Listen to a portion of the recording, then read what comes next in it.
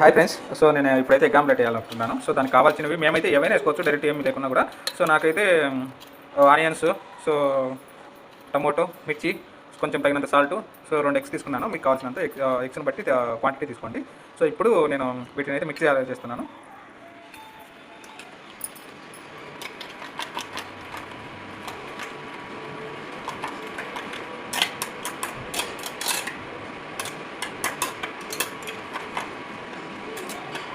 So ఇలా mix చేసుకొని పెట్టుకోండి. సో ఇలా కడాయిలో ఆయిల్ వేసి పెట్టుకోండి. సో మనం మిక్స్ చేసుకున్న ఎగ్ను దాంట్లో వేసుకోండి. మీరు 2 విధాలుగా 2 ఆమ్లెట్లు వేసుకుంటారంటే కొంచెం కొంచెం వేసుకోండి. ఆమ్లెట్లో పెట్టు. సో నేనైతే ఒకే ఆమ్లెట్గా వేసుకుందామని ట్రై చేస్తున్నాను. సో ఇలా చేసుకుంటే ఏమవుతుందంటే ప్రాబ్లము, మీరు తిప్పుకోవాలంటే కొంచెం ప్రాబ్లం వస్తుంది. సో మనము తిరగలేదంటే కనుక ఇంకా ఫ్రై లాగా చేసేసుకోవాలి. సో జస్ట్ తినడానికి కదా.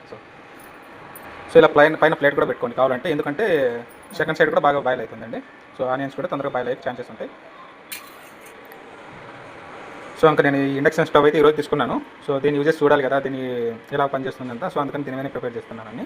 సో మీకు కావాలి అంటే నెక్స్ట్ వీడియో కూడా అప్లోడ్ చేస్తున్నాను. సో ఇంకొక వీడియో అప్లోడ్ చేస్తాను. సో నెక్స్ట్ వీడియోలో మీ దీని యూజెస్ అంతా తెలుస్తుంది. సో చూడండి. సో కొంచెము తిరిగేసుకునేకైతే ప్రాబ్లం వచ్చింది ఆమ్లెట్కు. సో నెక్స్ట్ టైము మీరు ఎప్పుడైనా వాడాలనుకుంటే ఇలాంటి కడాయి వాడద్దండి. జస్ట్ నార్మల్ చపాతీ లేకపోతే దోసకేసి ఎప్పుడైనా మెల్లైనా వాడుకోండి.